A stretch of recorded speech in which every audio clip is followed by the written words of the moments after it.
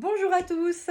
Alors pour cette nouvelle vidéo, j'ai envie de vous présenter encore une de mes nombreuses pratiques parce que ben oui, tout se coordonne, tout va ensemble, hein. Pour moi, le corps et l'esprit, c'est lié et ben, la thérapie transgénérationnelle, c'est aussi lié à l'inconscient, un inconscient familial, mais aussi un inconscient personnel. Alors c'est pour ça qu'aujourd'hui, je vous parle de l'onirologie. Donc l'onirologie, c'est l'interprétation des rêves. Donc, je suis formée à l'interprétation des rêves pour 2 raisons. La première, c'est parce que moi-même, depuis une quinzaine d'années, je me suis mise à interpréter mes rêves. Ma très bonne amie se reconnaîtra puisque c'est avec elle que j'ai commencé vraiment à rentrer dans le monde des rêves en 2013.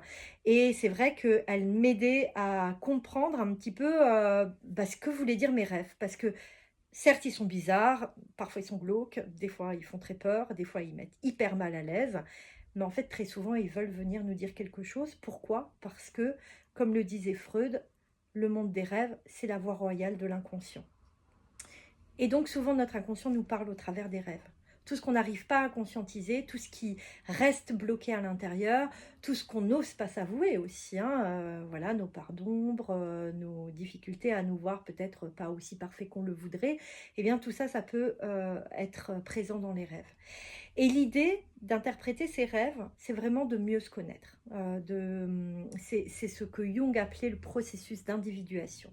C'est vraiment d'entrer dans une démarche pour aller vers soi-même et être celui qu'on est ou celle qu'on est. Pour moi, ça me semble indispensable, en tout cas dans mon chemin de vie à un moment donné, je me suis dit mais oui, enfin il y a des choses que je comprends pas. Je vois bien là qu'il faudrait que je comprenne où est-ce que je dois aller, qu'est-ce que je dois faire et en fait je bloque. Et souvent il y avait un rêve qui arrivait et quand je l'interprétais avec mon ami, eh bien tout s'éclairait et je pouvais faire le bon choix.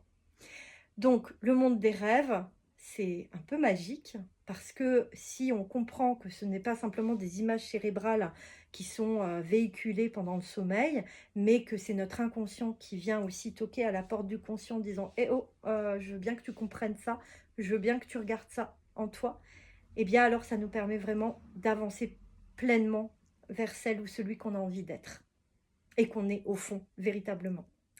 Donc, évidemment, dans ma pratique, et notamment dans l'analyse transgénérationnelle, très souvent, en travaillant sur sa famille, sur son histoire familiale, eh bien, des rêves arrivent.